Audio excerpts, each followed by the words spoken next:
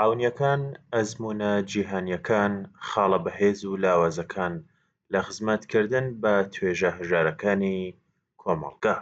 ١٣ پوشپەڕ بەپێی ڕۆژمێری ڕێکخراوی نەتەوە یەکگرتووەکان وەک ڕۆژی جیهانی تەعاونیەکان ناودێرکراوە.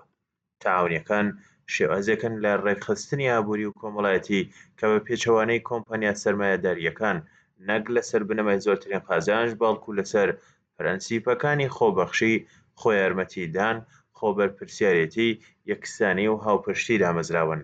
تەعاونیەکان لە ماوەی زیاتر لە ٢ سەدەی تەمەنیاندا لە گۆشەوکەناری جیهاندا ڕۆڵێکی شایستەیان لە بەهێزکردنی توێژە هەژار و بێبەشەکاندا گێڕاوە.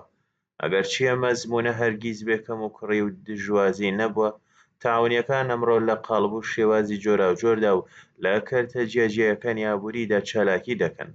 لەوانە تەعاونیەکانی بەکاربردن بە ئامانجی دابینکردنی کاڵە و خزمەتگوزاری بە نرخێکی گونجاو بۆ ئەندامان پێکهاتوون. نمونەی دیاری ئەمەش لە وڵاتانی ئیسکەندەناڤی بەتایبەت سوێد و فینلاند دەبینرێت کە بە دروستی تۆڕێکی فراوان لە فرۆشگاکان تێچووی ژیانیان بۆ بەکاربەران کەم کردووەتەوە و هێزی کڕینیان زیاد کردووە. تەعاونیەکانی بەرهەمهێنان یان کرێکاری کە کرێکاران خاوەندارێتی دەکەن و لەلایەن خۆیانەوە بەڕێوە دەبرن. لە ئیسپانیا نمونەی ناسراوی مۆندراگۆن، ئیتالیا و ئەرژانتین ئەزموونی سەرکەوتوویان تۆمار کردووە. ئەزموونگەلێکی کە نیشان دەدەن تەعاونیە بەرهەمهێنەرەکان دەتوانن بە بنە هۆی ڕەخساندنی هەلی کاری بەردەوام، زیادبوونی بەرهەم و دابەشکردنی دادپەروەرانەی داهات. لەم پێکهاتانەدا بڕیاردان بە شێوازێکی دیموکراتیانە ئەنجام دەدرێت و قازانج لە نێوان ئەنداماندا دابەش دەکرێت یان بۆ پەرەپێدانی کار و کاسبیەکە بەکاردەهێنرێت. تەعاونیەکانی قەرز و متمانە، خزمەتگوزاری دارایی و بانکی پێشکەشی ئەندامان دەکەن و لە زۆربەی وڵاتانی لە حاڵی گەشەکردندا دەروازەیەکی سەرەکین بۆ دەستڕاگرتنی توێژە کەمداهاتەکان بە ئاسانکاریەکانی پەیوەندیدار بە پاشەکەوت و بیمە. تەعاونیە کشتوکاڵیەکانیش بە هاوکاریکردنی جوتیاران لە کڕینی پێداویستیەکان، فرۆشتنی بەرهەمەکان و دەستڕاگرتنیان بە تەکنەلۆژیا و ڕاهێنان ڕۆڵێکی سەرەکیان لە گەشەپێدانی گوندەکان و باشترکردنی بژێوی بەرهەمهێنەرە بچووکەکاندا گێڕاوە. تەعاونیەکانی نیشتەجێبوون لە وڵاتانی وەکو ئۆتریش و ئەڵمان بەشێکی بەرچاوی بازاڕیان لەدەستدایە و یارمەتیدەر بوون لە کۆنتڕۆڵکردنی نرخەکان و ڕێگریکردن لە قۆرەخکاری لە کەرتی نیشتەجێبووندا. لە ئێرانیش تەعاونیەکان هەم لە بواری بەرهەمهێنان، کشتوکاڵی پیشەسازی و نیشتەجێبوون و هەم لە مەیدانی خزمەتگوزاری و بەکاربردنی حزوریان هەبووە. تەنیا لە کەرتی پیشەسازیدا 17,000 تەعاونی چالاکن، بەڵام کەرتی تەعاونیەکانی بەکاربردن زۆرترین ڕۆڵی لە ئابووری و خزمەتکردنی خاوەن پشکەکانی خۆیدا هەبووە. ئەمڕۆ سێ تۆڕی گەورە لەم بوارەدا چالاکن کە بریتین لە تەعاونی بەکاربردنی فەرهەنگیان بە 1 ملیۆن خاوەن پشکەوە کە زۆرینەی معلمانی وڵات لەخۆ دەگرێت. تەعاونی فەرمانبەرانی دەوڵەت کە بەر لە دروستبوونی فرۆشگا زنجیرە گەورەکان توانی بەشێک لەم فرۆشگایانە دابمەزرێنێت.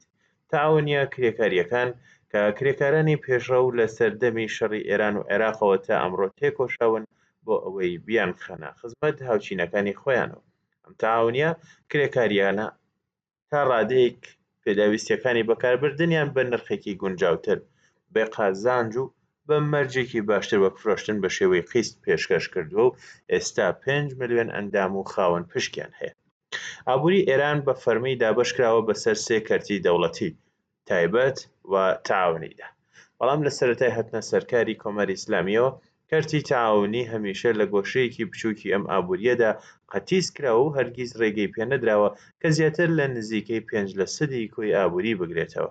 ئەگەر لە زۆربەی وڵاتانی جیهاندا کەرتی تایبەت ڕێگری سەرەکی بوو بێت لە گەشەی تەعاونیەکان، لە ئێران ئەمە کەرتی دەوڵەتی خەسوولەتی و گەندەڵی دامەزراوەی ڕژێمە کە بەهۆی لەدەستدانی نزیکەی 70% ئابووری وڵات بەکردەوە ڕێگەی لە پەرسەندنی کەرتی تەعاونی گرتووە.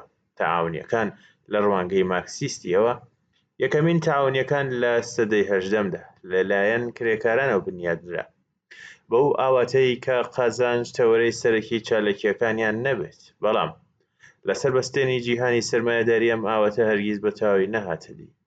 ئەگەرچی پێگاتەی ناوخۆیی تەعاونیەکان بە شێوازێکە کە ناتوانن وەک کۆمپانیا قازانجخواز بیرۆکراتیک و بێبەزەییەکان ڕەفتار بکەن. مارکس تاعاونیەکانی بە تاقیکردنەوە کۆمەڵایەتیە گەورەکان ناودەبرد و گرنگیەکی زۆری پێدەدان، بەڵام لە هەمان کاتدا و بیرۆکەییەکە بە توندی ڕەتدەکردەوە کە بتوانرێت سۆسیالیزم لە ڕێگەی دروستکردنی یەک لە دوای یەکی تاوانی نوێوە جێگیر بکرێت.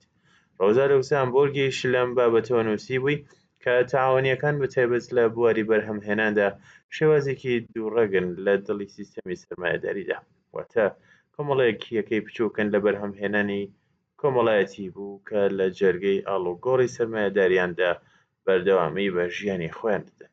کێشە بنەڕەتیەکە لێرەدایە کە ئەو تاعاونیانەی لە چوارچێوەی بازاڕی سەرمایەداریدا دادەمەزرێن بۆمانەوەیان ناچارن کێبڕکێ بکەن و ئەگەر ڕێژەی چەوساندنەوە لە نێوان ڕکەبەرەکاندا بەرز بێت، ئەوانیش بەناچاری دەبێت خۆیان لەگەڵ ئەوەدا بگونجێنن.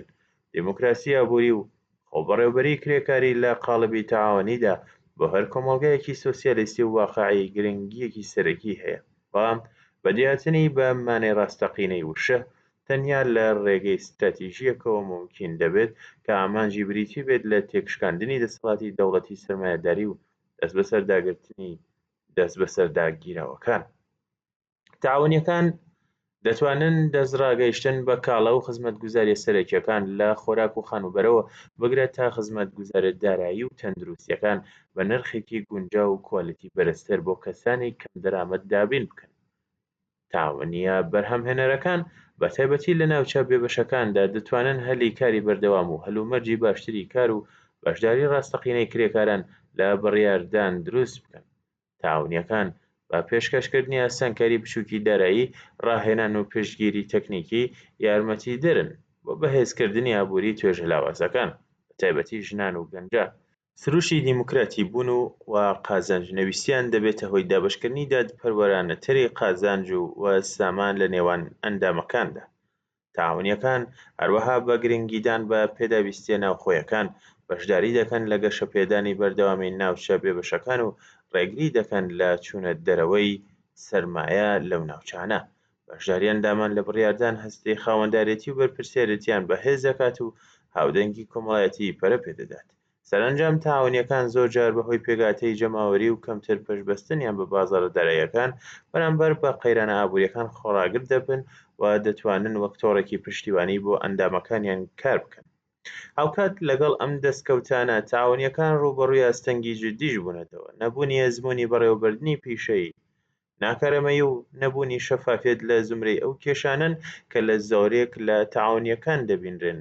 هەروەها بەهۆی سروشی قازانجنەویستی و پێگاتەی یاسایی تایبەتی ئەم دامەزراوانە ڕاکێشانی سەرمایە بۆ گەشەپێدان و فراوانکردنی چالاکیەکانیشیان خورسترە لە چاو کۆمپانیا تایبەتەکان.